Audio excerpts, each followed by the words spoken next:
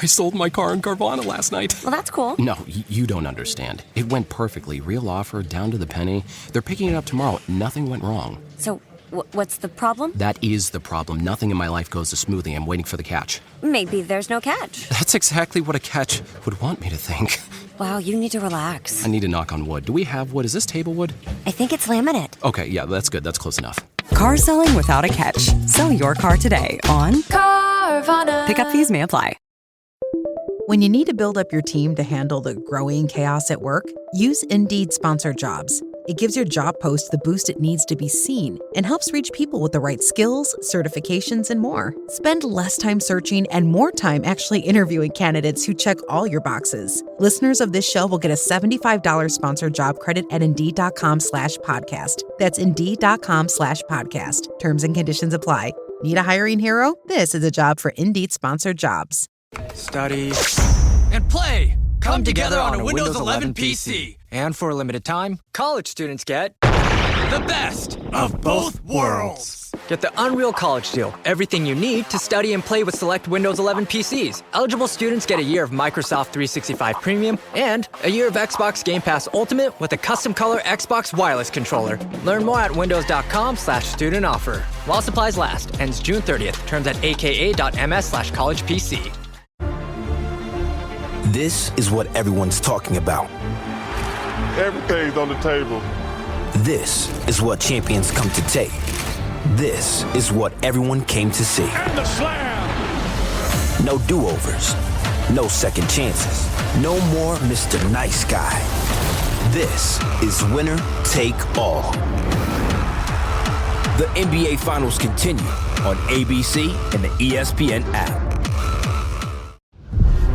What did you steal? Secrets. Disclosure Day is Steven Spielberg's best film in 20 years. Are they people? No. Are they human? Oh my God. Spielberg does this better than anybody in history. I can see them. They're coming. Disclosure Day. Rated PG-13. Some material may be inappropriate for children under 13. In theaters Friday. Get tickets now. The comments made by Amin Elhassan are made by him and him himself and nobody else, and not indicative of Basketball Illuminati, Tom Haberstroh, Anthony Mays, or any guest incorporated. Not really hearing much about Air Corgi anymore. Now, when you're saying Air Corgi, do you mean Steph Curry? Oh, wait, is that the same dog? I know that Amin would think that all corgis look alike. They do. But yes, the corgi who started appearing all over my timeline in Spurs gear. They brought him out at a Spurs pep rally and he's wearing a Spurs uniform. He got famous being Steph Curry, being a Warriors fan in 2022. Okay, Lilo Koo. This is according to an ESPN News report. The highest level reporting. This is where we're at in our sports media space, is that Lilo Koo, better known as Air Corgi, has a tradition of predicting the winning team by floating an inflatable basketball into bins labeled with the competing teams. In this case, Air Corgi has chosen the Spurs to win in 7 games. But I think the procession of those, I don't think it worked, right? He didn't predict that the Knicks would win the first 2 games, which is why I think...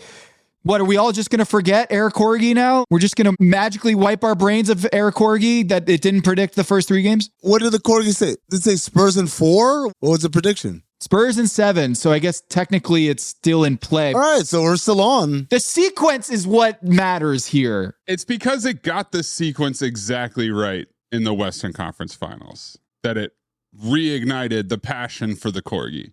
It got every single game right. And at the pep rally for the Spurs going into this series, they brought out the Air Corgi. It wasn't at the Knicks pep rally. So is this an inside job is what I'm trying to say. The Corgi's on the take. Keep your third eye open. The Corgi and its owner don't have any affiliations whatsoever. They're on the take. If the Knicks had paid money for them to come out, they would have done it too. Hell, they would have done it for both if that was possible. Corgi has no loyalties or affiliations other than to the almighty dollar. The Corgi is the best example of late-stage capitalism. Wow. Whatever it takes. And you know what? That Corgi's not paying any taxes. Mm-mm. Not a cent. Free riding, yeah. Try to get its tax returns. See what happens. Have we looked into the LLC of Air Corgi? Maybe that's what we need to do at Basketball Illuminati. Tom, you follow drugs, you catch drug dealers.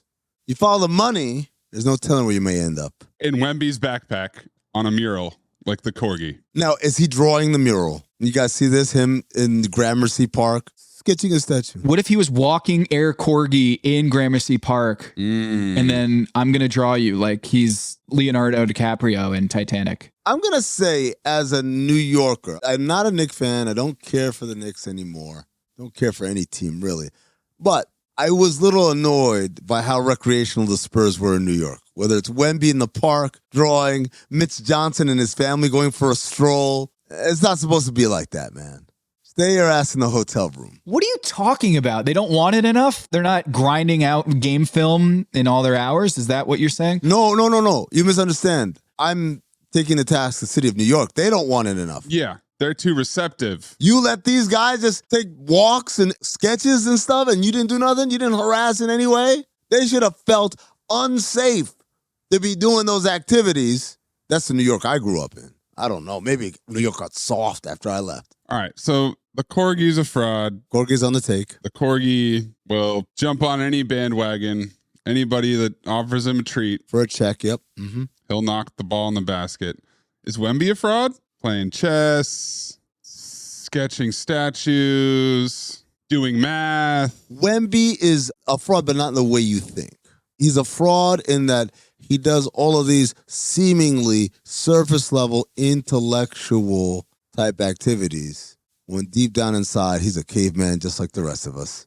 Then when push comes to shove, I will take Jalen Brunson's face and I will mush it flagrantly. When mush comes to elbow. Yep. When push comes to shove. He's trying to be this sophisticated, evolved Renaissance man. Ethical basketball. You're none of those things. You're just like us. Going to a Shaolin temple and all about nonviolence, serenity, just having this real calmness about you. I'll tell you one thing. Never thought about nonviolence. I thought of Shaolin. Shaolin soccer, Shaolin style.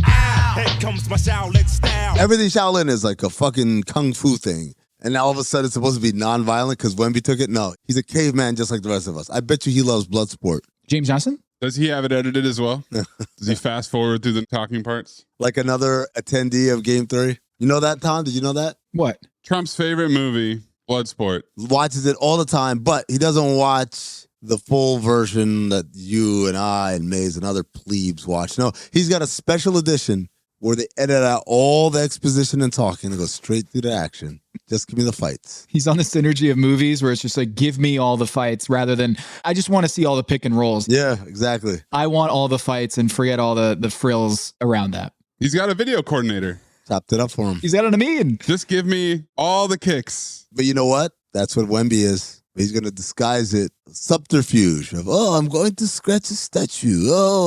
I'm going to read. I'm in a book club. He's in a book club. The book club is just him and Harrison Barnes. That's not a book club. They're just two guys who like to read. What, Stephon Castle called him out for going to bed at 9 p.m.? Do you feel like the most mature player on the team? I mean, I might be. Honestly, probably, yeah. Other than Vic. Probably Vic be number one. I don't go to sleep at 9 p.m., so. Do we think that Air Corgi gets the script? Because I'm looking at this, and the sequence was, all right, I'm breaking down the film here. I'm Amin, video coordinator on Air Corgi. First one is Spurs, game 1. Okay. And then it doesn't go in. The second one was a miss, and then it goes into the Knicks. So it's 1-1. Then game 3, another miss, and then it's Knicks up 2-1. Spurs tied up 2-2. Okay. And then Spurs go up 3-2. Knicks win game 6, and then it goes Spurs win game 7. He can get back on track, this Corgi. The propaganda that's going to happen if the Spurs win game 7 and they're going to credit Corgi for calling it, it's the sports washing at its best. To me, I need to know what a Corgi miss means. And I need to know why it's included in the video. I guess it's for integrity, but if he misses both baskets, what does that mean? Does that mean that he's kind of like, like a tarot card reading where it's like, I'm not really sure what this is? It's like a magic 8 ball. Try again next time. Shake again. Yeah. It is for integrity purposes, or it's just a plant. It's trying to show you something that is supposed to be why this is on the up and up. I'm on a Reddit forum. Maybe this was after the fact, and maybe this is going to be deleted from Reddit because it's evidence that he got it wrong, to back up our theory that maybe Corgi just deletes everything from the internet that suggests that they got it wrong. Oh, all the wrong picks? Yeah, like maybe Air Corgi in the Oz Perlman way is like, anything he gets wrong, he just scrubs from the internet, and then we can never see it again. And so maybe that's the magic of Air Corgi, that the dog ate the homework. What if the dog ate the internet? So, like, it probably picked the Timberwolves to get to the finals because that one was wrong. Oh, how convenient that we didn't hear about Air Corgi until the OKC series. Yeah, maybe he wasn't watching. Maybe Air Corgi's just a casual fan. Tunes in the late rounds of the playoffs. Only watches the fourth quarters. Didn't Air Corgi go to like the watch party? Or no, because the Spurs, they were at home. There was something that he went to, like some rally. And he went to a rally. They held him aloft. Like Simba? Like Simba. That's a cat, not a Corgi. Gotta get your animal kingdom right. No, he plays for the Knicks, though. Oh. Cat. My assignment. Uncover why the association inspires more conspiracy theories in volume and salience than any other U.S. sport. You've heard of the Illuminati. The truth is out there, but so are lies. Your eyes can deceive you. Don't trust them. The NBA has always been controlled by about 8 people. Denial is the most predictable of all human responses. If you're only using 10% of your brain, you don't even know that you're using 10% of your brain. The NBA Illuminati. If coincidences are just coincidences, why do they feel so contrived? The Illuminati. But you start to follow the money, and you don't know where the f*** it's going to take you. It is unspoken. They have influence among other players. The NBA Illuminati. I don't have time for your convenient ignorance. Maybe I'm a conspiracist now as well. That's all it took. Oh, we got books, we got schools. You saw a video on YouTube. My eyes, sir. You've never used them before.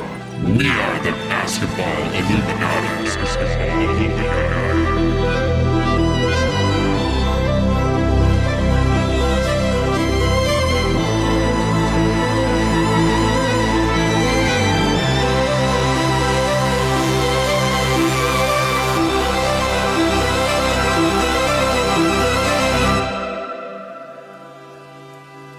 This is Basketball Illuminati. I am Tom Haberstroh, Dr. Tom Haberstroh, Emmy Award-winning Tom Haberstroh. And as always, I'm joined by the Pulitzer Prize-winning podcaster, Amin Elhassan. Thank you. And Anthony Mace.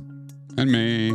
Hi, Mace. What's up, Illumination? Thank you for keeping your third eye open. As always, you can support us at patreon.com/countthedings. That'll get you ad-free episodes and help us continue to produce the show. Also, check out our YouTube page at Basketball Illuminati. You can watch our Truth Teller interviews and Do You Believe episodes there. Please subscribe and continue to show your support. Thank you. We're going to have probably a slew of awards that Jorge Sedano has won for his journalism and esteemed TV and radio career. Jorge Sedano from ESPN going to join us from the NBA Finals, Madison Square Garden. He was just leaving the media availabilities. We're going to talk to George in a little bit. But first,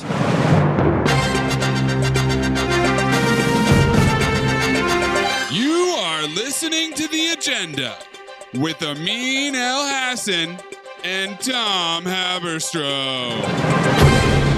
All right, so I mean, you've won your Pulitzer, and now you're taking off episodes. What happens? There's like a little grace period of honeymooning. Well, I'm just wondering, you weren't on this Aspiration episode at Pablo, so can you explain to us what it's like to win a Pulitzer and this grace period you have here? Well, it's not a grace period. I wanted to be on, but unfortunately, they scheduled the record very specifically in the middle of travel for the NBA Finals. And so I said, is there any way we can delay for a week? Because I'm going to be in New York a week later. And they said no. And I was like, all right, well, I guess I'll have to miss that one. But it's all good. The boys did a good job, I thought. Hammering yet another, what would feel like, man, another haymaker after haymaker of revelation. And the crazy thing, guys, is, you know, I've been obviously around a lot of other NBA media during the finals. And the word is the Clippers seem very confident that they're going to walk away with minimal, if zero, punishment because they did nothing wrong. Now, I think that conversation I had came before that episode dropped, because in that episode, you'll have discovered several things. Number one, that Steve Ballmer and his agent filed what they call a victim impact opinion, and that was to help the judge in the sentencing of Joe Sandberg, who is the CEO of Aspiration. He got 14 years in prison. In said victim impact, they reveal that they had a side deal with Joe Sandberg for a put option, which basically means greatly minimized risk of having shares in the company, which other investors clearly did not have. Right. Which they did not disclose to other investors. As they actively solicited more people to invest, I couldn't believe my ears or my eyes. Like, why would you ever admit to that and think that somehow is exonerating in any way other than, I guess, what the eventual conclusion Pablo and the gang came up with, which is maybe they're doing it to say, look, we were up front. But you weren't up front 6 months ago when we dropped this story. You were up front now? I think they hope that nobody would see this. Yeah, so it's basically you're making a $50 million investment and on the back end getting a safety net on that $50 million investment, which you're out here marketing that you got Steve Ballmer putting $50 million of his own money into this company. Yeah. Of course you should invest. But if those investors are also finding out that he's got this fail-safe put option that guarantees basically an insurance policy on this investment, the investor is going to be, wait, hold on. So it's not really an investment that he really believes in this company because he's got a safety net on this. That's not an investment. If I give you money and I'm guaranteed that I'm not going to be out my money, that's not an investment. That's a loan, right? And loans operate very differently from investments. By the way, you know who else had a put option? Kawhi Leonard. It's staggering to me that they would believe so fervently in their own innocence, even as more and more information comes out that makes them look very culpable in all this. And when I say them, I'm not talking about the Clippers as a generic body of work. I'm talking about Steve Ballmer specifically.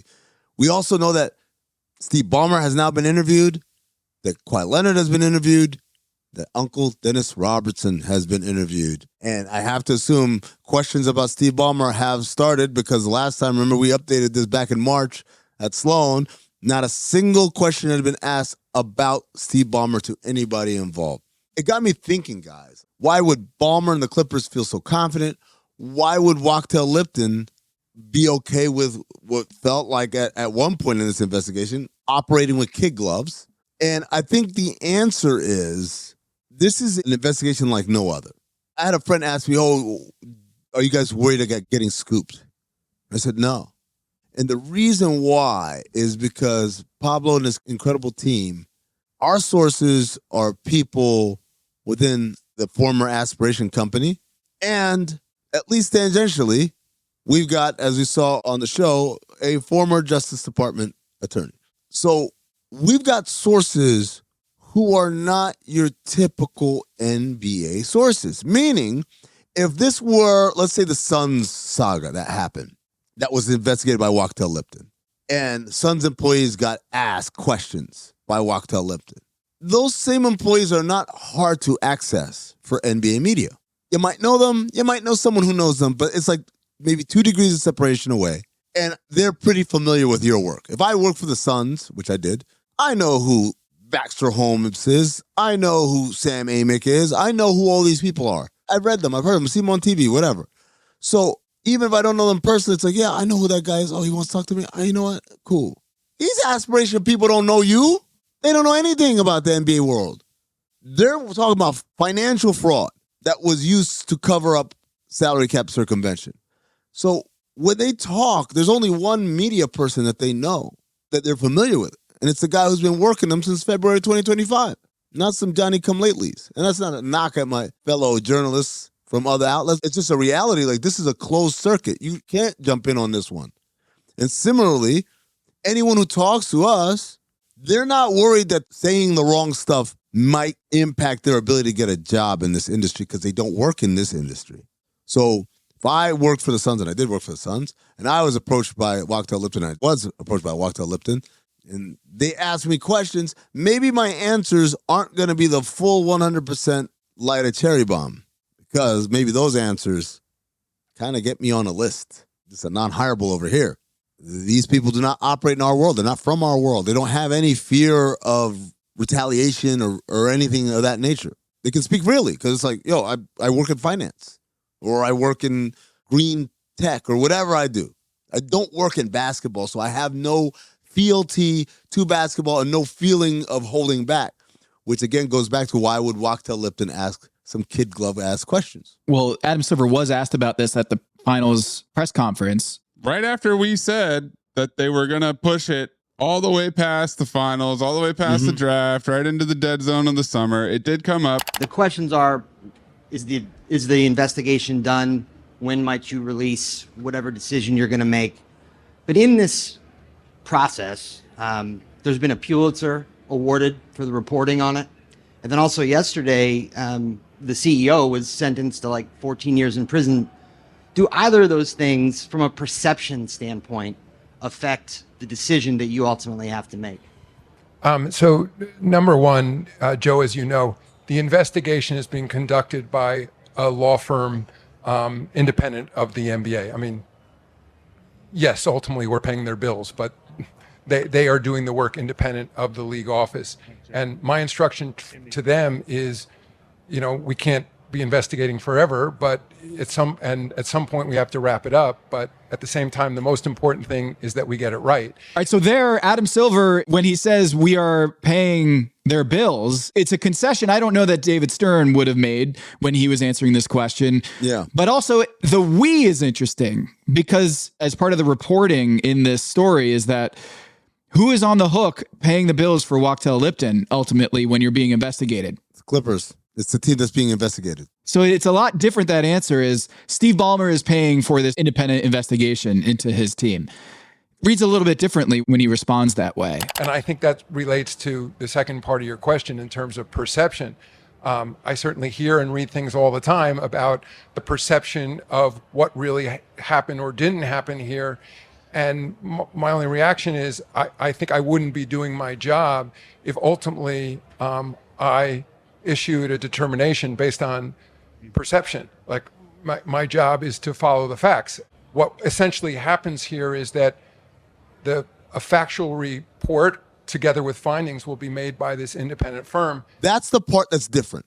When Wachtell Lipton investigates the Phoenix Suns, when Wachtell Lipton investigates the Dallas Mavericks, when Wachtell Lipton investigates the Clippers the first time around, 12 years ago, their findings are pretty much the only matter of record that is factual. They have the most information because they talk to everybody and they got it, and here it is. What makes this one different is they are not the sole possessors of the facts.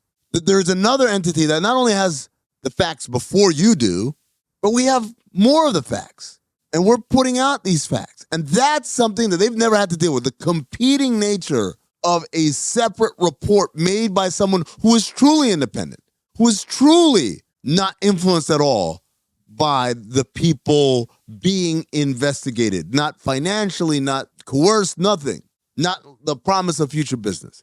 That's what makes it different. That's why they got to really watch out. Because I'm going to tell you one thing.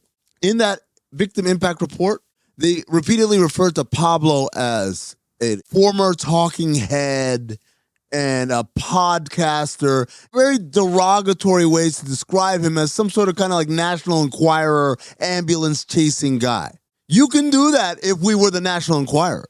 You can do that if we were chasing ambulances. What you cannot do is do that to a Pulitzer Prize winner.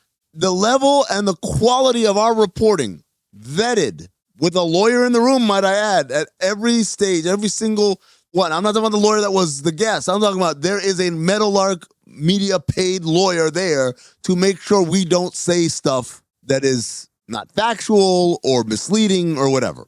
The quality of our reporting got the highest, most prestigious honor any piece of journalism could ever get. Higher than a sports Emmy, believe it or not. For perception. You guys won the perception category, right? That's what's interesting to me on top of all that, Amin, is we just had that long report about how Coach K on a conference call told Adam Silver, hey, people like defense too. Yeah. The league had gotten the perception of the league that is too scoring heavy. And then Adam Silver stepped in and said, yeah, we got to pare down the scoring in the league. Because Coach K on a conference call said, hey, fans love physicality and defense too. And so the perception of the league was very pertinent and important to Adam Silver to change the rules on the fly. And here he's minimizing the perception. Is like, hey, as a league, we don't care about the perception. We just care about the objective facts here. And I'm like, I think the NBA, the league office, really does care about perception and social media and the conversation around it. So I don't think it can be both things. Here's the thing. I'm going to give him the benefit of the doubt. Yeah, maybe you changed your mind recently and you're like, yeah, I don't go perception. I did that one time with Coach K, but that's not our policy. I'll accept it. I won't fight back on it. All I'm going to say is the facts according to whom? The facts according to whom? Because I think everything that we've reported has been spot on factual, vetted, as I said. And so if we have facts and your guys have facts, but maybe not all the facts, maybe some facts are omitted, then where does that leave us? Right. Remember when Trump said if we stopped doing COVID testing, we would have the lowest COVID rates? He's right. But the report is underreporting. And so if Wachtell Lipton's report underreports, and either underreports by omission or even worse, what I think they were trying to do is underreports by not even asking the questions, the relevant questions. So using the COVID example, if I said, yeah, I tested Tom for COVID. What was the test? Well, I asked him, do you have COVID? And he said, no. I like that you're going to COVID tests when we could be using, Tom counting falls. If Tom decided to stop counting falls, our scientist, our resident scientist, suddenly very low number of falls. The moral of the story is there's so many ways to predetermine the results so that I can ask a question in such a way that the answer I get will be favorable to whatever ends I have in mind. I want it to come out that Steve Ballmer didn't do anything wrong. Uncle Dennis and Kawhi were skirting some rules, but the team was oblivious. There's a way for me to ask questions to get factual answers to said questions. Objection, leading the witness. Yeah, where's the judge on that? In a courtroom, you're right. It would be objection, leading the witness. But if there's no courtroom, if it's all closed behind doors, then how do we know? My favorite part is Adam saying, this has gone on kind of a long time. I think we need to get the Wrap It Up box out from Chappelle's show. I don't have a specific timeline on when they will be completed. I think it's clear they're far along. I think those reports are reading all the time from people who are being interviewed by them, and I think they understand that you could keep going on and on, but I think we're close to the point now where I think we need to wrap this up. Young man, you've been found guilty by a jury of your peers. The crime you've committed was very serious, and before I sentence you, I'd like to say a few words about your arrest record. What the hell? Yo, the sign is real simple, B. It says wrap it up. Wrap that shit up, B. I don't think that's a good idea. Man, you want some too? You better wrap it up. I was going to ask, Amin, the reporting must have added, we were just there. We're at the finish line. And then the Steve Ballmer announcing a side deal. I guess they got to go back to the drawing board and investigate that and ask about that.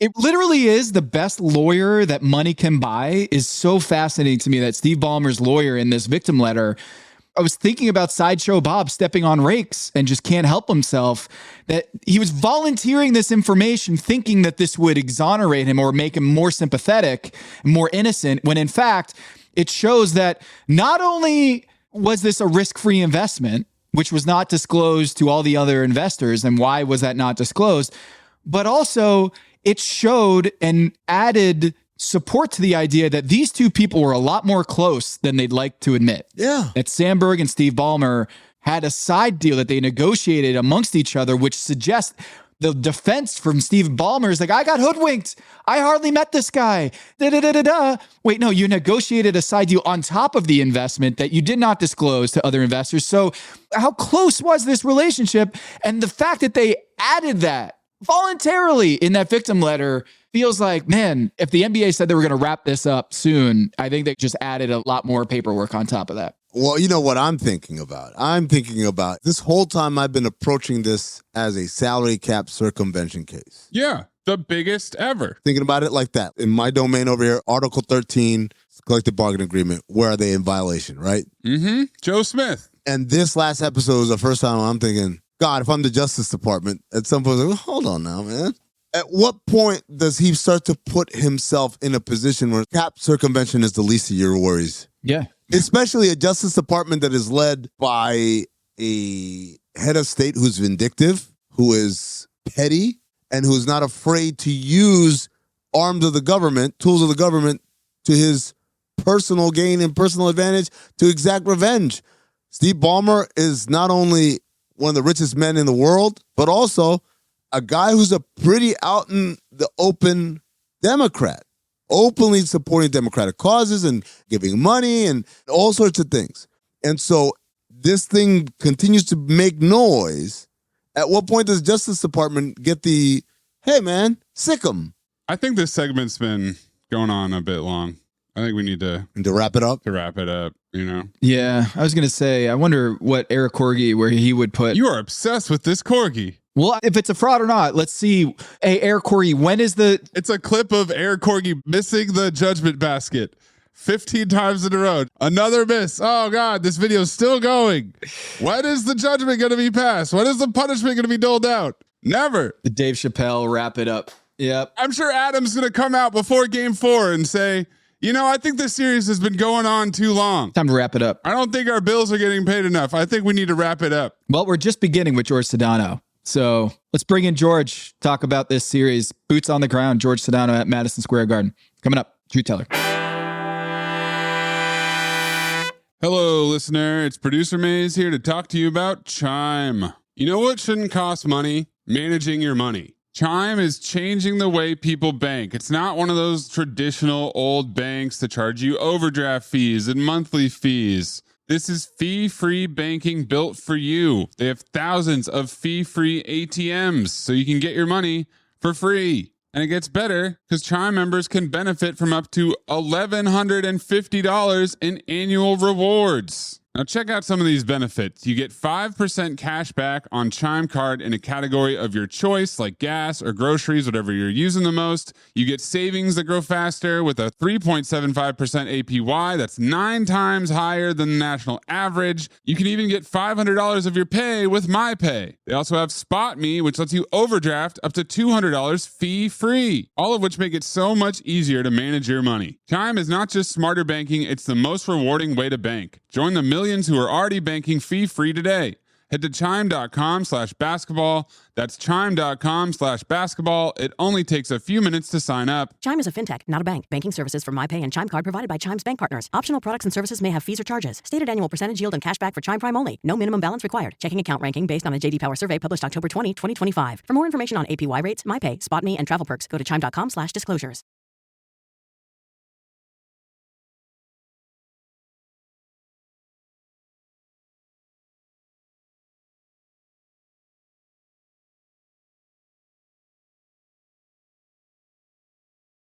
A quick message from today's sponsor, the ASPCA Pet Health Insurance Program. If you've ever owned a pet, you know they have their own quirks, their own weird little behaviors, and it's part of what makes them lovable. But when those quirks and weird behaviors shift slightly, you don't know if suddenly that means that they're sick or they're just being different. That lack of certainty is how you end up with those surprise vet visits you didn't see coming. Luckily, ASPCA Pet Health Insurance helps cover eligible vet expenses, so when these quirk shifts happen, you can focus on getting them the care they need without overthinking the cost or second-guessing your decision. Plus, when you enroll in an ASPCA Pet Health Insurance plan, you could get a $25 Amazon gift card. It's a little treat for you while you're doing something great for your pet. Because big vet bills never show up when it's convenient, do they? To explore coverage, visit aspcapetinsurance.com/dings, D-I-N-G-S. That's aspcapetinsurance.com/dings. Eligibility restrictions apply. Visit aspcapetinsurance.com/Amazon terms for more info. This is a paid advertisement. Insurance is underwritten by either Independence American Insurance Company or United States Fire Insurance Company and produced by PTZ Insurance Agency Limited. The ASPCA is not an insurer and is not engaged in the business of insurance. Where is Daredevil? I'm right here. Don't miss the return of Marvel Television's Daredevil Born Again. So what's next? I feel liberated. We're gonna take this city back. Over medicated. In an all-new season, now streaming only on Disney+. They're hunting us. It's time we started hunting them. I can work with that. This should be tons of fun. Marvel Television's Daredevil, Born Again, now streaming only on Disney+. This episode is brought to you by Perfect Bistro Cat Food. Cats, this ad is for you. Has your human ever called you picky, persnickety, choosy? If so, Perfect Bistro Cat Food is for you. With ingredients like wild-caught tuna and pasture-raised lamb, tantalizing textures, and delectable flavors that meet even the most discerning cat standards. You're not picky, you're just perfectionists. Perfect Bistro, mealtime perfection for every cat. Have your human visit perfectbistro.com. Experience a membership that backs your business journey with American Express Business Platinum. Earn 5 times membership rewards points on flights and prepaid hotels booked on AmexTravel.com. Plus, apply to find out your welcome offer, which could be as high as 300,000 membership rewards points. American Express Business Platinum. There's nothing like it. Terms apply. Welcome offers vary, and you may not be eligible for an offer. Learn more at americanexpress.com/business-platinum. You all think I'm licked. Well, I'm not licked. And I'm gonna stay right here and fight for this lost cause. Even if this room gets filled with lies like these. And the tailors and all their armies come marching into this place. Somebody will listen to me. There's no better way to overpower a trickle of doubt than with a flood of naked truth. But the complexity and the gray lie not in the truth, but what you do with the truth once you have it. What is true and right is true and right for all. You and I both know that that's just not the truth. You can't handle the truth. Too messy. Keeps them up nights. I'm here because in the end, the truth is worth the risk. Speak a little truth and people lose their minds. I'm a grown man, you can tell me the truth. Why is it people who want the truth never believe it when they hear it? So you know what I'm going to do? I'm going to do something really outrageous. I'm going to tell the truth. George, I am probably the wrong person to opine about whether it was booing or whether it was cheering or what ratio it was, because I think that all volume meters are accurate in stadiums. So I am not the most sharpened ear on these things. So when they do like the little audio decibels in an arena, I always think that's legit. And apparently it's forged. It's a fraud.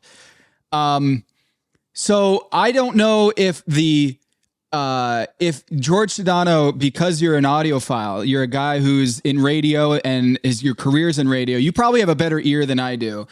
Was the Knicks, we'll get to the whole president thing in a sec. Was the Knicks Madison Square Garden Game 3, first time in 20 plus years, was it as loud and as raucous as you thought it might be? I thought it was at the beginning of the game, and certainly at the close of the half, and then towards the end of the game. I just felt like the real fans got priced out. So what you see is it wasn't sustained, right? And I think that was something that I noticed. The place went quiet a lot. And I think it's that. I think it's just you have a lot of corporate suits in there who are not, diehard Knicks fans. And they aren't going to cheer the same way, or they're not going to go nuts the same way that the diehard who goes to every game or tries to go to every game does. Yeah, I thought it was weirdly louder in San Antonio with the combination of the Knicks fans that traveled plus the Spurs fans. Right. Then the Spurs fans trying to drown them out. Right. Mm-hmm. It was weird. There was an energy in the building. There's no question. You could feel it, mostly because people had to be in the arena earlier, right? Because of the situation with the president. So there was some juice like pregame where you could feel like the vibe. Because, I mean, you guys have been in these arenas, right? Like 2 hours before the game, there's nobody in the bowl except like media and the players and staff. But as we got closer to game time, I mean, I want to say an hour before tip, the place was full already. And I was impressed. I got to say, I did not think that they were going to get everybody in there. And I thought it was potentially catastrophic as they'd have Game 3 NBA Finals, Madison Square Garden. The entire Knicks frenzy leading up to this moment would be met by a half-empty arena. And I was like, what a disaster that would be. And in fact, it was the opposite. I felt like the energy was there, from the get-go. Yep. And I thought that the security issue, I thought that was going to be way worse than it actually turned out to be. So what was your experience on the security side as a league partner? Your media, so you always have to get there extra early. So what was that like for you? It was a little extra in regards to the fact that everything was shut off, right? Like they had those fences they built up. So it was hard to kind of weave through the crowd who was there very early to anticipating what was going to probably be a long ordeal of getting in. So I normally get there, I don't know, usually 2 hours, 2.5 hours for a game. So at a 7:30 tip, you're there at 5:30 or so. Right. But right. And it's 8:30 in this case. So we were there 3 hours early. And there was a line out the door. Around blocks and blocks and blocks. Now we were able to be expedited through some of it because we were media and they had the folks with the scanners checking the barcodes on the credentials and things of that Sedano, nature. get him through. Yeah. It was really more, I was with Doris and it was like, let Doris through. And I'm like, yeah, let Doris through so I can go with her. So it was more of that. But yeah, even once we finally got to, and it took a couple minutes to get to like the media entrance. That part of it was a little more intricate than usual, right? There was more, we'll usually put our stuff through a TSA screener anyway, but I think there was an extra layer of metal detector, wanding, things of that nature that you don't normally get as media. You usually just go through the metal detector and you go through you put your bag on the TSA screener thing and that's it. But they were legit like looking through stuff, even before they put it into the TSA screener. So it was a little longer than normal. And then once we got in the building, it was fine. But yeah, it was a little bit to get in. Probably like, I didn't really look at my phone. So I'm guessing, where an ordeal that normally takes 3 to 5 minutes probably took 15 to 20. Yeah. I mean, in Miami, I remember covering the Knicks games in Miami, and it would be so many Knicks fans. And I can't even tell you what I would imagine if you had told me, George, back in those days when Melo and J.R. Smith, if you were like, oh, they're going to be in the NBA finals, Trump is going to be president, and it's all going to happen in game 3. You were there for it. So I can't even imagine the energy in the building. Was it nervousness? Was it like anticipation? As a radio crew, like how do you tell the story of what game 3 was like? No, they were hyped. Like they were fired up. Like it was a buzz, an energy, an excitement to it. It was not nervous at all from the beginning. They were there for a coronation. They were there because they thought they were going to sweep this thing. Like Nixon 4 chants were going on. Like this was a real thing. Obviously the celebrities, the former players, all that stuff, they were all there. Everybody was excited to be there. There was a lot of general love in the building, right, to celebrate this first game in the finals in 27 years or whatnot. And then the game started.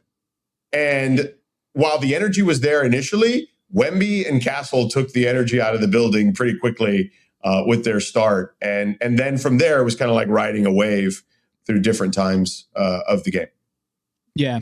I think Wemby, just the opening series where he's just getting shot at the rim, really set the tone because he had 11 touches in the paint in game 3.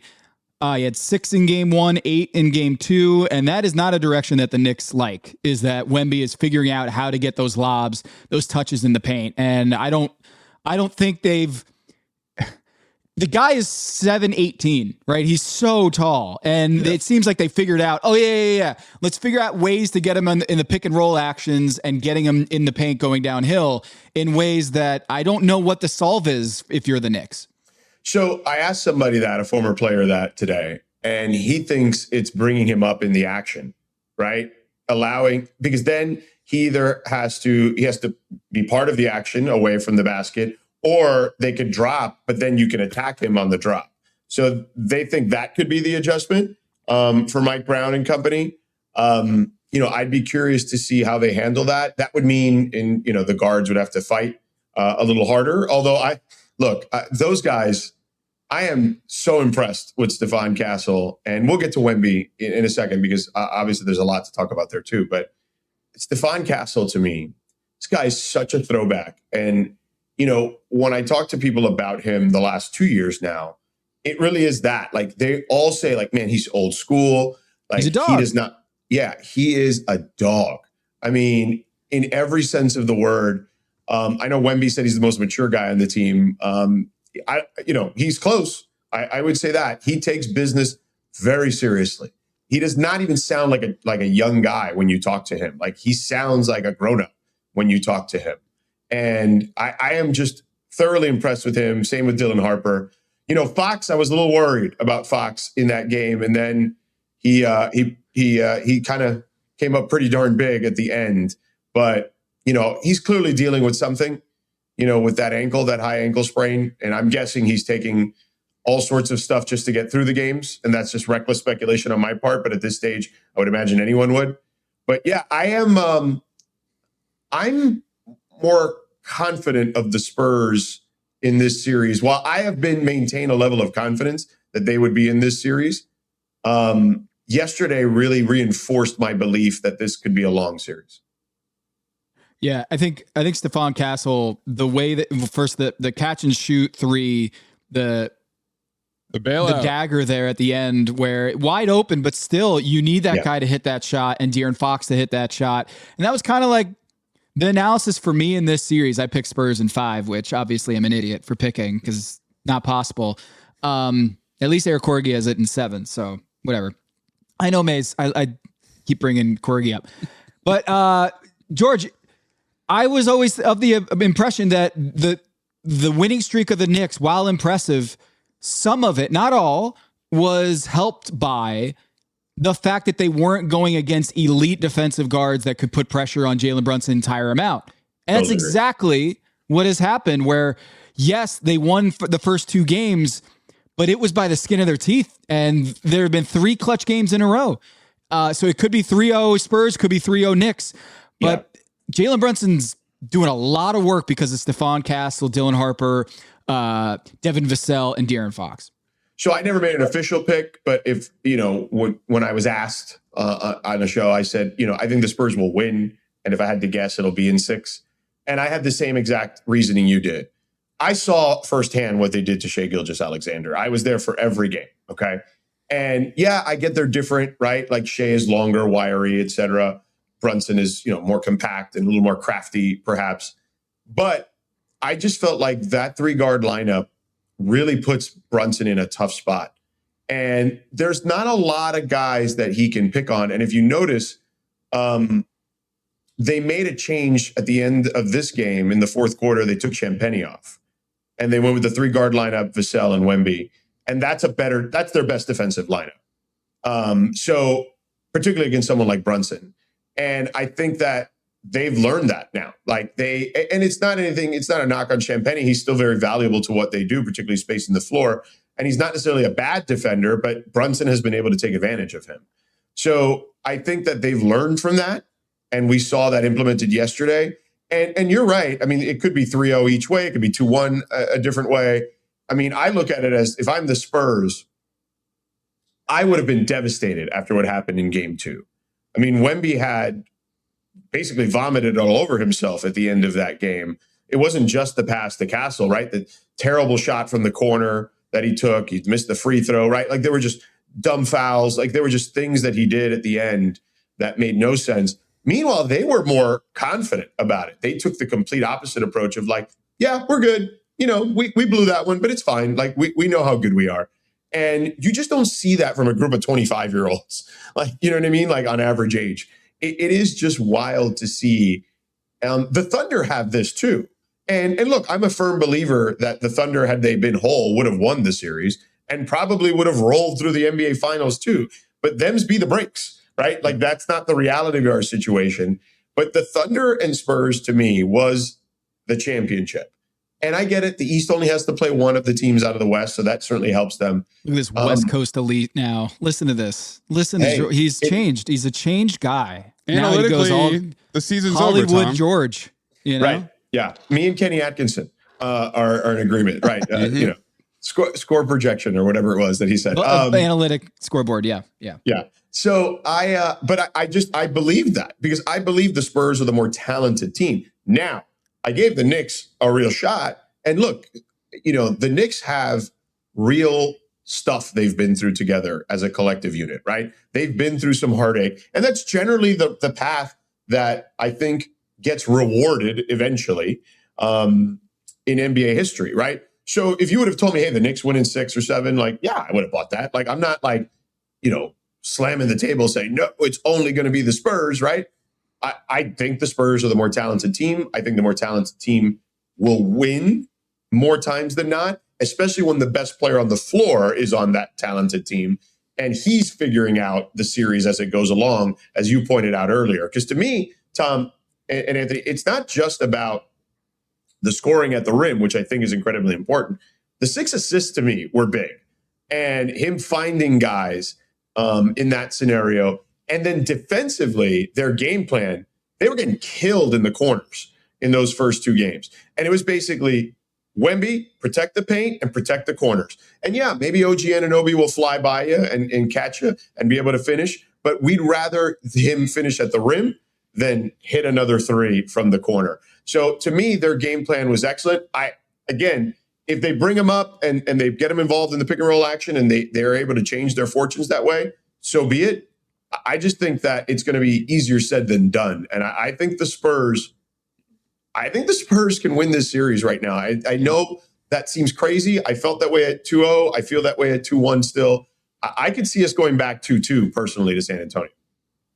Yeah, one of the things that dominated the first 2 games was Towns outperforming Wemby, that matchup one-on-one. The early finals MVP talk for Towns. I had him finals MVP front runner. He could win in game 3. Absolutely. No question. And in game 3, one of the adjustments besides getting Wemby to the bucket a lot more was they put Castle on Towns more than they have the rest of the series. 63 possessions. Yeah. Caitlin Cooper pointed that out on Twitter. And that puts Wemby closer to the bucket. But the surprising part was that Towns wasn't able to take advantage of that matchup. So I guess I wonder, what do you think now that the Spurs have thrown that adjustment? How do you think the Knicks respond to this Castle on Towns dynamic? I'd be curious to see, because I think what you need to do is bring him out to the perimeter a little bit. And I think that, what I would do is, they get Towns on the perimeter and they do their point cat thing or whatever. I think with Cat, what you want to do is get him off the ball and then get him back on it. And then that way he's got either some momentum driving or he can pump fake and they, fly by, right? Like, because they got to respect him from wherever he plays it on the floor. So I think that would be something that I think you could do, is just get him off quick, get him back on, and go from there. Usually you see that with guards a lot, to be honest with you. As a matter of fact, I'm trying to think. The Lakers, I saw them implement that with Reeves when he came back. I think it was with the second game he came back in the Houston series. I saw JJ do some of that. You saw OKC do some of that as the series progressed against the San Antonio Spurs too. So I think you could do that with a big, with Cat, because he likes to go downhill. He likes to do one of 2 things. He likes to go downhill or he likes to shoot it from 3. So find ways to get him off the ball quickly to get him back on it. And maybe you can surprise them that way. I'm not an X's and O's guy per se, but I think it could work with someone like him just based on the way he likes to play offense. I mean, Cat, in a weird way, the Knicks go when Cat goes. And that's been the story of that postseason run, the 13 straight games, is Cat had a lot more playmaking, a lot more elbow actions where he's palming the ball and dictating the offense. And that really unlocked so much of this Knicks offense. But you heard Mike Brown talk about it after the game, is just there's a lot of Jalen Brunson, a lot of dribbling, a lot of ISOs, and they got to figure out a way to get Cat more involved in a playmaking way. I just tracking this, De'Aaron Fox and Jalen Brown have played the same amount of minutes in this series. Brunson. 110 for Brunson and 108 for De'Aaron Fox in this series. Brunson has 1,590 dribbles, and De'Aaron Fox has 802. Wow. So double the number of dribbles for Jalen Brunson in these 3 games than the all-star point guard on the other side. Now, yes, they're all-stars. De'Aaron Fox is, got stuff going on and physically, but same with Jalen Brunson. He's had his foot stepped on by Luke Cornett, and he's gotten he's been banged up. Yeah. And so I could make the same argument is that Mike Brown has to figure out a way to get Karl Anthony Towns more locked in a playmaking and attacking mode, because Jalen can't do this. 500 dribbles per game is obscenely exhausting. Well, 2 things. Let's start with the Cat stuff. I mean, that was a clear problem for them earlier in the season, right? Like there was a real rub there of not being able to get him involved. And I'm sure Cat has seen all the stuff out there about he hasn't scored a point in the 4th quarter, right? Mm-hmm. So I think that stuff, I'm curious to see how that manifests itself. I did get a chance to talk to Josh Hart today earlier, and I asked him about Brunson, like, how can you guys help him when he's scuffling? And he straight up said, we got to get him off the ball, and we got to make sure we get him the ball in places where he can succeed. We need to do that for him, is what he said, but it starts with him getting off the ball, which I found, fascinating because, those guys have a tremendous history, right? So they don't mince words. So, his coach is saying it. His teammates are now saying it. Can he do it, right? Can he be the guy to take the foot off the gas a little bit and let his teammates kind of carry him some? I'll give you actually an interesting anecdote. So I'm doing the sideline on ESPN radio and for this series, and opposite Lisa Salters on TV. So in game 2, when they win, she gets Cat, I get Jalen. And Jalen is walking up to me, gives me a fist bump, but then he slams the scorer's table and just curses like F. And I was like, whoa. So I go down the line like, hey, don't come to me yet. He seems to be pretty upset. And then he does it again, F. He slams the scorer's table. So I ask him, hey man, you guys were up 14. They came back. You guys somehow survived. How did you survive?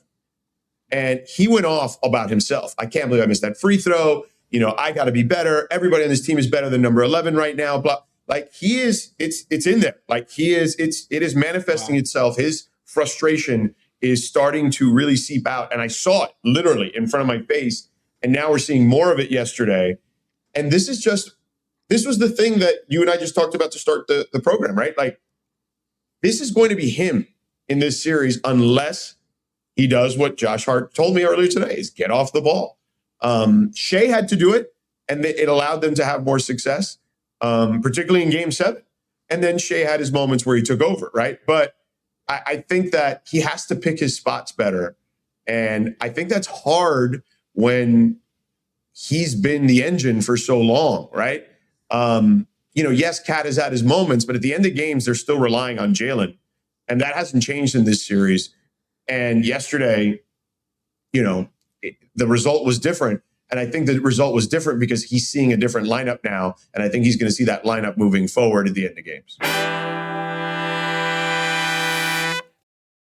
Comcast is delivering extraordinary experiences in live sports. Through the incredible broadcast and storytelling from NBC, innovative and personalized viewing features on Xfinity and Peacock, and the country's most reliable Wi-Fi, viewers can enjoy every game-changing play faster and more seamlessly than ever. All on a network built to deliver unforgettable moments as close to live as possible. The ultimate experience for the American sports fan. Learn more at ComcastCorporation.com/sports. Expedia and Visit Scotland invite you to come experience the beauty that awaits in Scotland. The sweep of wild coastlines, quiet lochs, and untamed landscapes. Fresh cuisine that feels rooted in the land.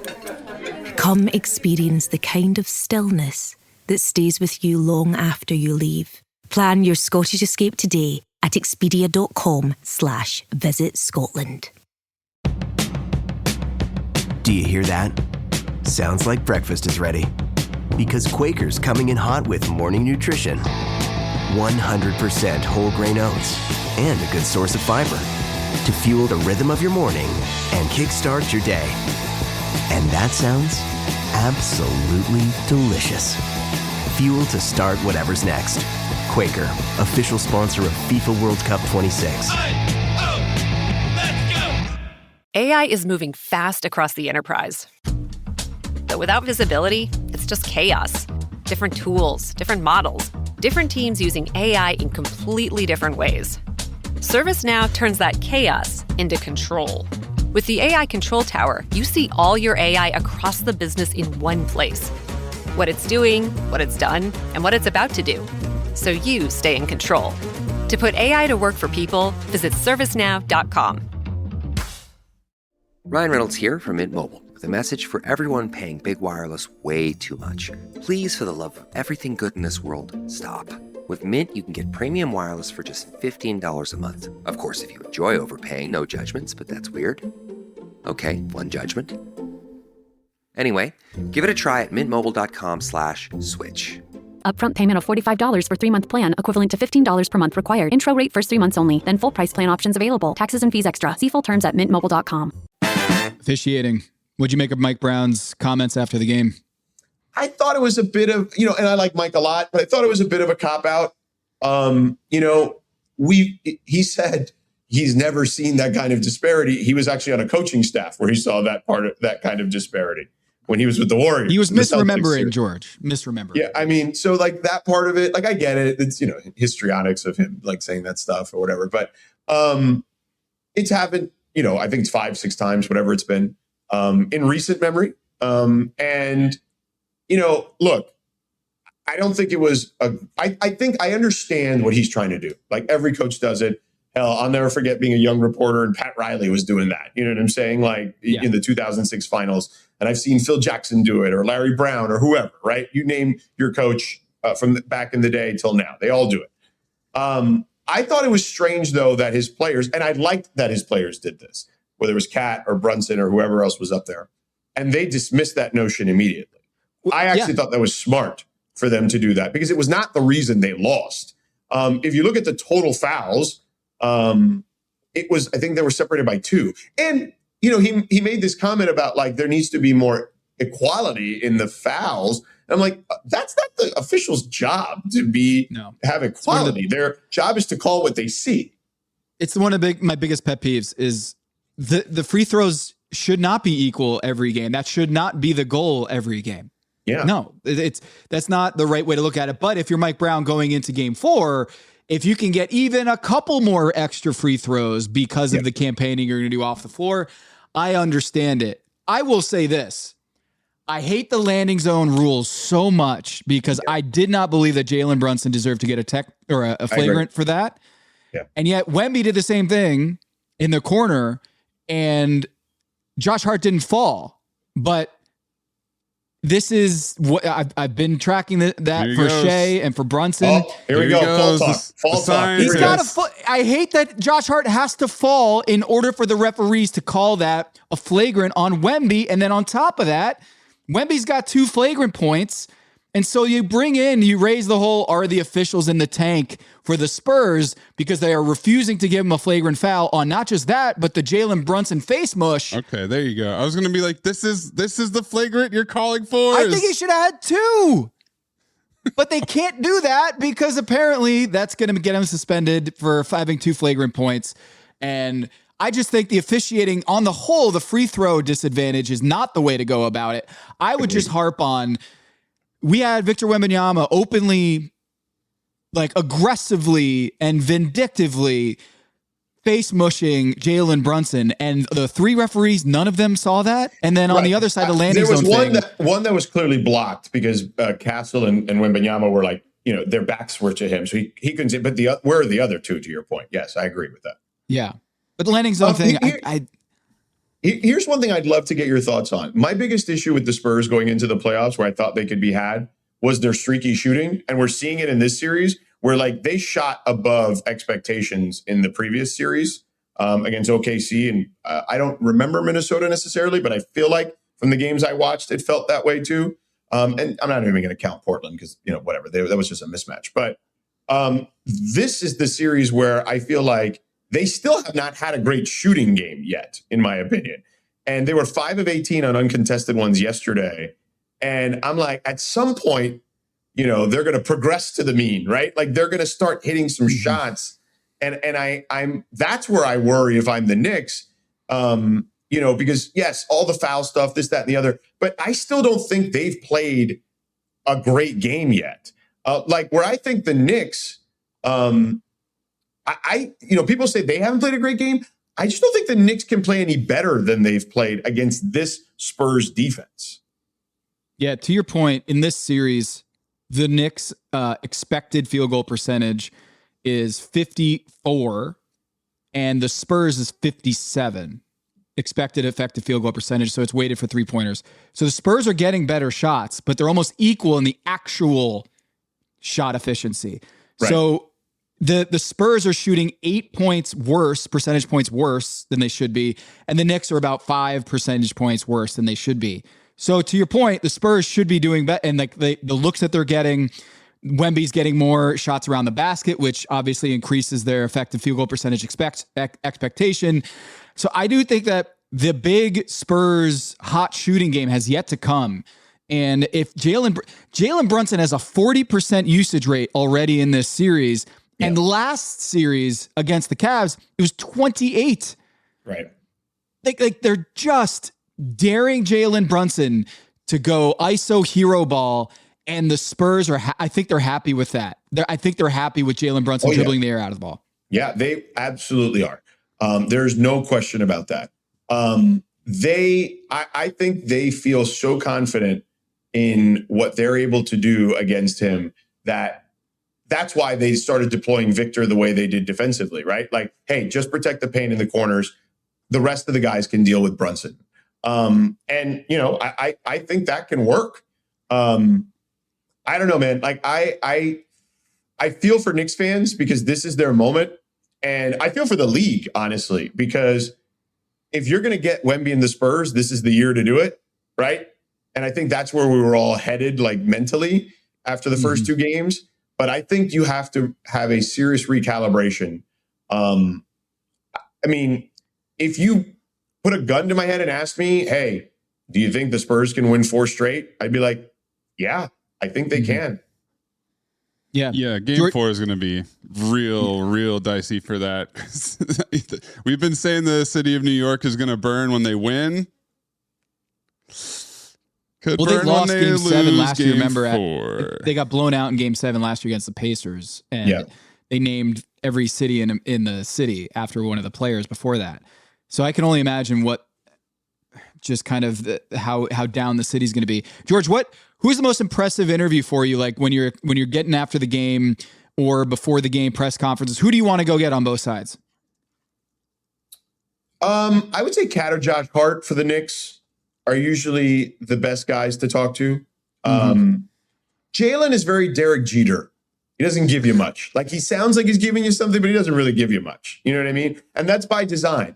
And it's funny because he's so much more engaging off camera or off mic. You know what I mean? He's like Tibbs. Tibbs is not a fun interview, but when you get him off mic, he's great. Yeah, for sure. Look, Victor's very thoughtful. During the playoffs, he's been a little short, but I think when we've gotten him in a more relaxed setting, he's been fantastic.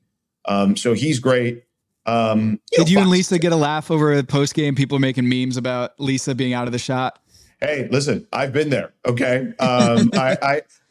So here's a funny story. So I had them in the opener this year against Dallas, and we had our, when they won, I could see our camera guy, Shane, who's one of our best, like he has like a talk back to the director in the truck, and he hits, and I can see what he says. He goes, I can't get both of them in the shot. And I start laughing, and he's like, and I hear the direction in my ear, and they're like, just move back, get them, get a wider shot.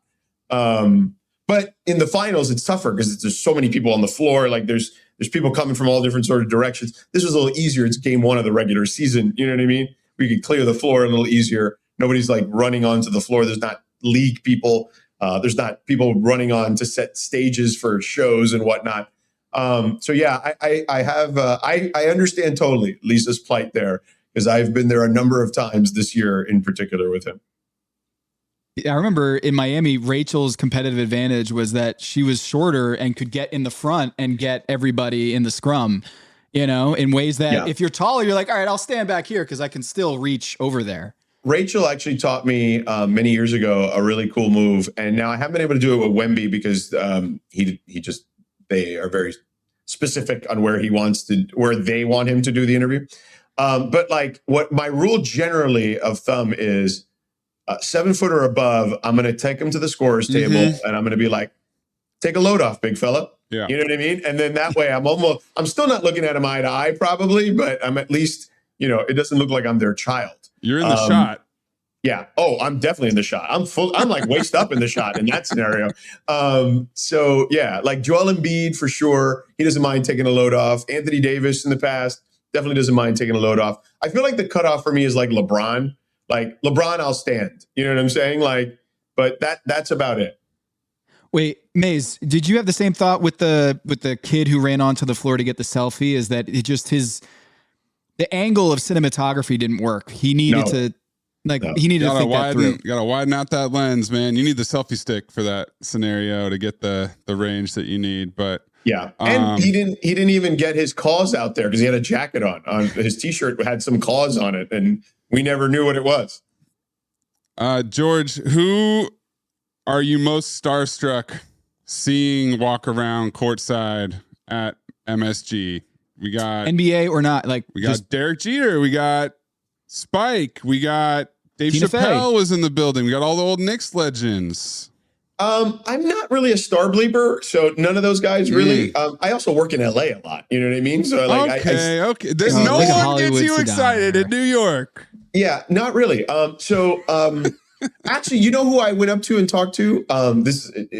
Interestingly enough, and I'd never met him, and I talked to him for a few minutes, was Jimmy Johnson, the old head coach of the Dallas Cowboys. Oh, now there Miami we go. Hurricanes. Right. Yeah. That's my guy. So I told him the story that the first Miami Hurricanes game I ever went to, I was 6 years old at the Orange Bowl, and it was Miami Notre Dame, and Jimmy Johnson infamously ran up the score on them and got Jerry Faust, their head coach, fired in that game. I think it was like 58-7 or something like that. And I told Jimmy, you made me an instant fan that day. Like 6-year-old me has never looked back, right? At like, this is, I love this team and this sport, right? And he was laughing. He was like, everybody always tells me I was running up the score. I was putting my third stringers in there, and it's not my fault they were scoring on their first stringers.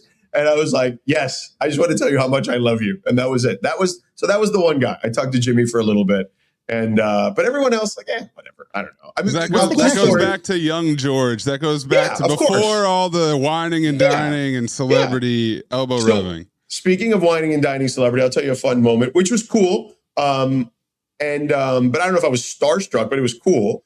In San Antonio, Barkley had a dinner, and we were at the dinner, and it was outdoor. Amin was there, and we stopped by afterwards because we had gone to a different dinner place. But we saw them out there when we pulled up in the Uber. It was right next door to the hotel, so we walked over, and he's like, "Hey, have a drink, hang out." So we're all hanging out there. Everybody's telling stories. And then all of a sudden, Ben Stiller walks past us. And Barkley goes, "Ben, sit your ass down. Have a drink with us." And Ben doesn't drink, but he came over and he introduced himself and said hello to everybody. And Ben just chopped it up and talked basketball with us for an hour. It was hilarious. Yeah, Amin told us about that interaction. He said that a mariachi band came over to the table. Yes. While Ben was there. And so one of our favorite moments in Cinephobe is the Heartbreak Kid and the mariachi band. And he said he locked eyes with Tim Legler. Yes. And they thought of the same. Yeah, they did. They absolutely did. And it was funny because the guy that paid for the mariachi band was at a table, I guess, right down the way. And he came up to Charles and he said, Charles, I know you don't like the tortas in San Antonio. That's slang for a heavier set woman in Spanish. And he goes, but I hope you enjoy our music. And by the way, the ladies were loving Charles in San Antonio. So I don't know what he's been talking about. They were all wanted to take selfies with him. He was the king in San Antonio. He's the king everywhere. It was hilarious. And then Charles took a picture with them. But yes, it was funny because of the Heartbreak Kid. Yes, it was also hilarious because of that. On the big board, you're expecting to see Ben Stiller. You're expecting to go out and Charles is holding court. Yeah. I didn't see Jimmy Johnson. Where was he on your big board of people you'd see at Game 3? Like, what is the connection there? I'm missing World something. Wide West. Yeah. He's tight with World Wide West. They go way, way, way back. I don't know if it goes back to the college days when Jimmy was coaching Miami, or it was just the Cowboys days. If I had to guess, it was probably the Cowboys days. But yeah, him and West, super tight. He told me the story. Yeah. Camden connection. Yep. Yeah. I mean, listen, Wow. they don't call the man World Wide West for a reason, you know? Yeah. I mean, they don't. They call him that for a reason, right? Yeah. What on your map of like the Trump being at the Game 3 of things I got to prepare for as a sideline reporter for ESPN Radio? What was that experience like for you? Like, how to cover that experience? Well, we were just going to make a quick mention of it. We were not really going to belabor that, in all honesty, because, we mentioned he was there. If he would have, we mentioned, he was in a suite, and that was kind of it. Like, we weren't really going to talk about it for very long. And I mean, I don't know what the TV broadcast was like. I know they showed him clearly during the anthem, and, the boos were cascading in the arena at that point. But were you watching the Jumbotron, or were you? I was. Just yes. Yeah. Yeah, I mean, because Lisa and I sit at Madison Square Garden. It's kind of like tucked away behind like the opposing bench. So if you notice where the opposing bench is, there's like a vom, like a hallway behind, and that's usually where the teams, both teams can come out of there. But usually that's the Knicks locker room that's right there. And then so the seats on the baseline end right there where the opposing benches, and then they build out this little like bunker area for like the reporters, and in that case a couple of league people were behind us, and that's kind of also like the carryover for whoever doesn't have a seat on the bench for the Spurs, and there were a number of Spurs staffers behind us as well. And then if you kind of keep going past us in the perpendicular to the Knicks locker room, there's like a lounge back there or whatever for like the season ticket holders or whatever. So yeah, we're kind of tucked away there. So it's not a great sight line to see the game entirely. Like there's no way I could see what's happening in the corner of my baseline. Like no shot, right? Like, so I'm either watching the monitor or I'm watching Jumbotron. So anyway, to answer your question, when the anthem is going off, I'm watching the Jumbotron. Right, because you can't see the singer as well, right? Or what have you. Right, yeah. People are standing obviously for for this, and like so I can't see directly. So yeah, I'm just looking up, and then yeah, when his face popped up, it was like raining boos. It was wild. Yeah, yeah. At home watching it, it was clear that it was a resounding boos. But like he was up there in the booth and was sitting next to James Dolan. And maybe that's it. That James Dolan needs to be courtside if the Knicks want to win. Maybe that's it. That's the good luck charm that the Knicks need is Jimmy Dolan courtside. They messed up with the juju. Well, I think he eventually went back down, Jim Dolan, and for I want to say maybe for the second half, because the president wanted to say goodbye to him, and I know that there was a lot of military types and Secret Service types right by our green room, which is kind of, there's like an entrance, a tunnel there too. So yeah, but I don't know if he actually made it out. Maybe he did quickly, or Jim maybe met him, closer off the court. But he did say goodbye. And Jim was down there at some point in the game, but he was down there in San Antonio too, and they won 2 in a row. So maybe you are onto something. Which park are you going to be hiding out in to see Wemby? Like, have you figured out where you're going to be? Well, I don't have the key to Gramercy Park, and people here were pretty upset that they gave him one of those. But I don't know. I mean, the closest to me, I'm kind of close to the Garden, so I would say maybe like Bryant Park. I don't know. Maybe I'll go over there. They have those good like waffle stands or whatever. Maybe I'm in for a dessert later or something. Yeah. Yeah, Wemby, I don't know what he's going to be doing in between. The New York Public Library is right next door, so I could see Wemby definitely going to the public library. That's the move. That's the move. Because he already did chess, right? Now, then he did drawing in a park. Yeah. Maze, what do you think would be on the list of Wemby touristy intellectual activities for? He's not like a hot dog Coney Island guy. I don't really see that happening. What if he hit the Statue of Liberty pose on the Staten Island Ferry? That's a good one. I did that move a couple years ago with the kids. Low key, that's the move. Just take the ferry across, and you don't have to do the whole Statue of Liberty thing. Get off the boat. I've only done it when I was a child. I've never gone back. Yeah. Not my thing. No offense. Jimmy Johnson was there.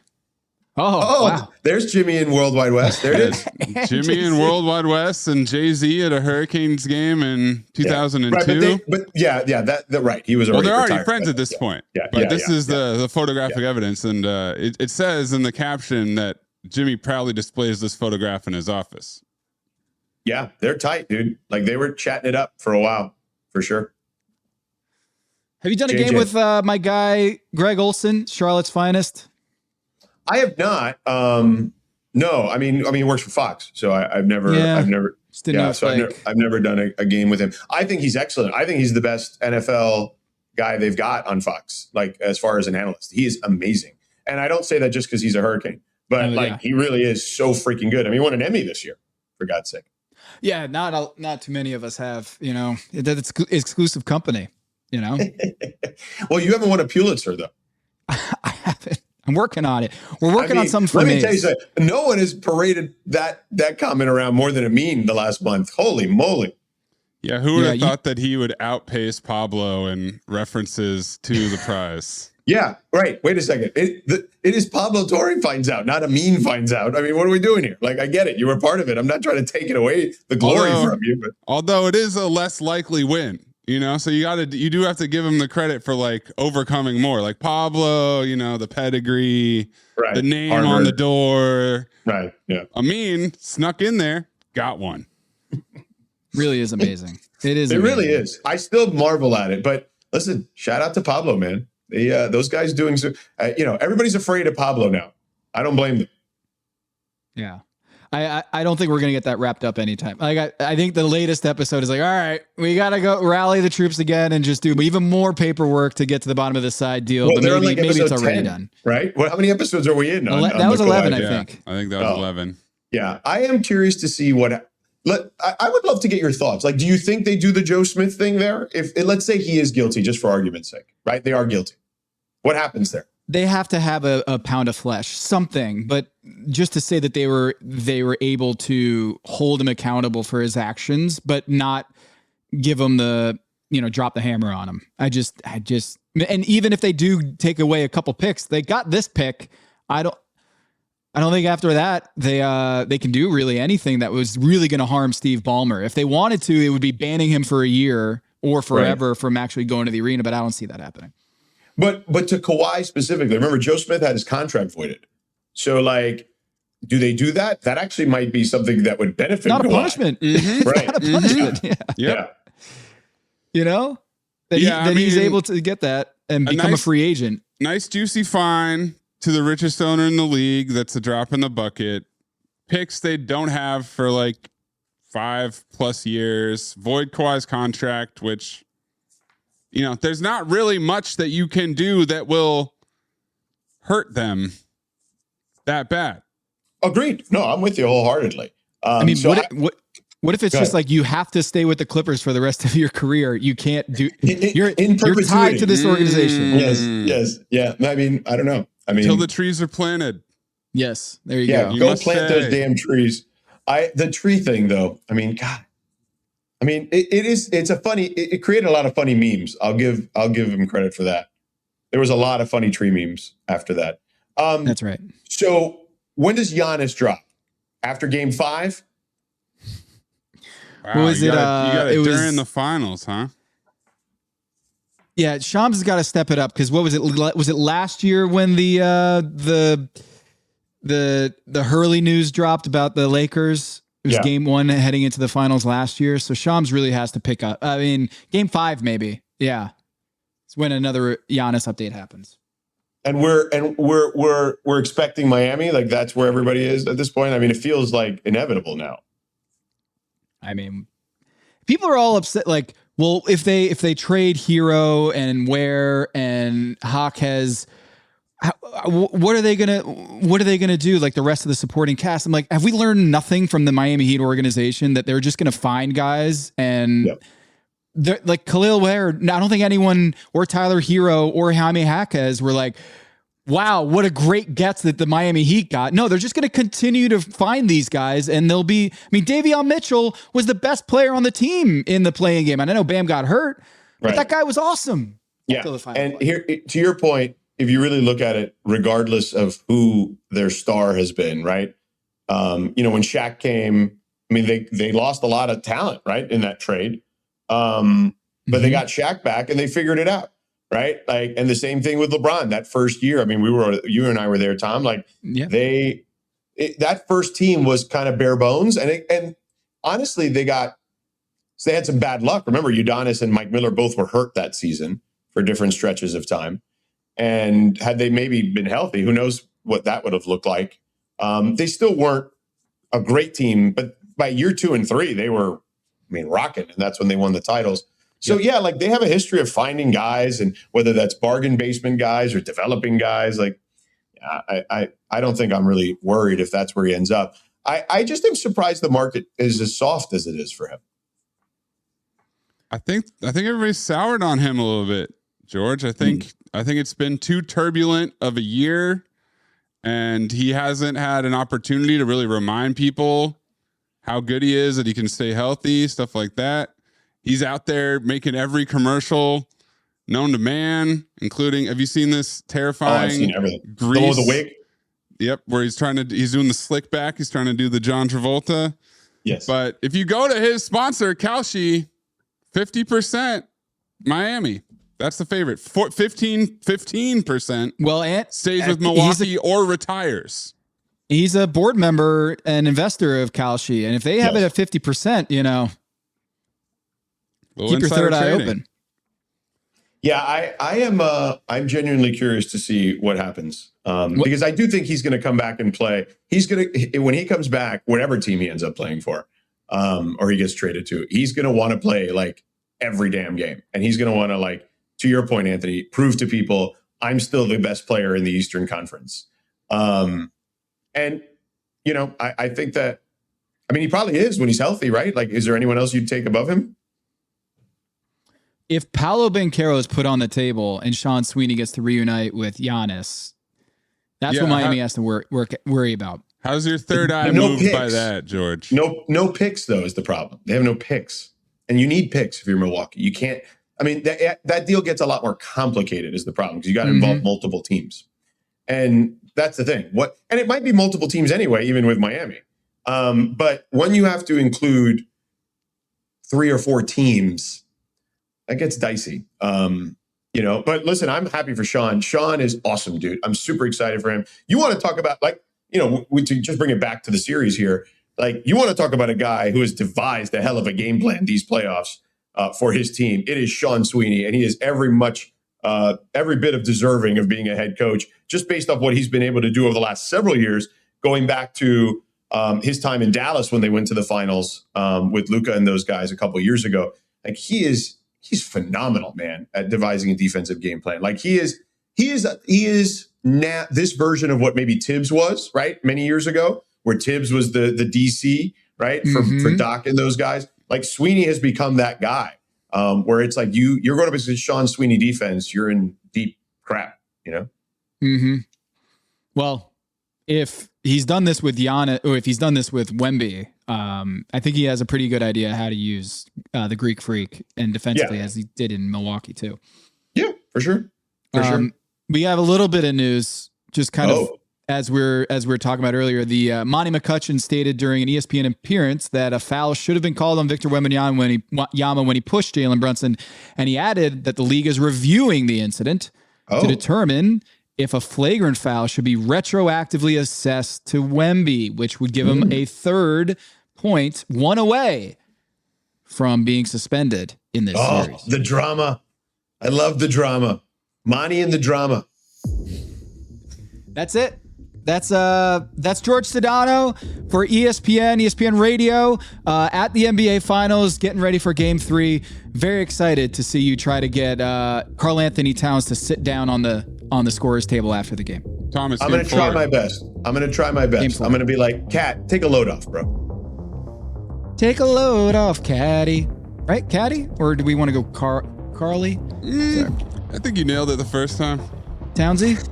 Great sign Townsy. I like Townsy. I'm going to go with that one. See if he Take a load off, Townsy. Take a load for free. All right. That's the weight. That's the band. That's Jorge Sedano. Thanks, buddy. Always a pleasure. See you, gentlemen.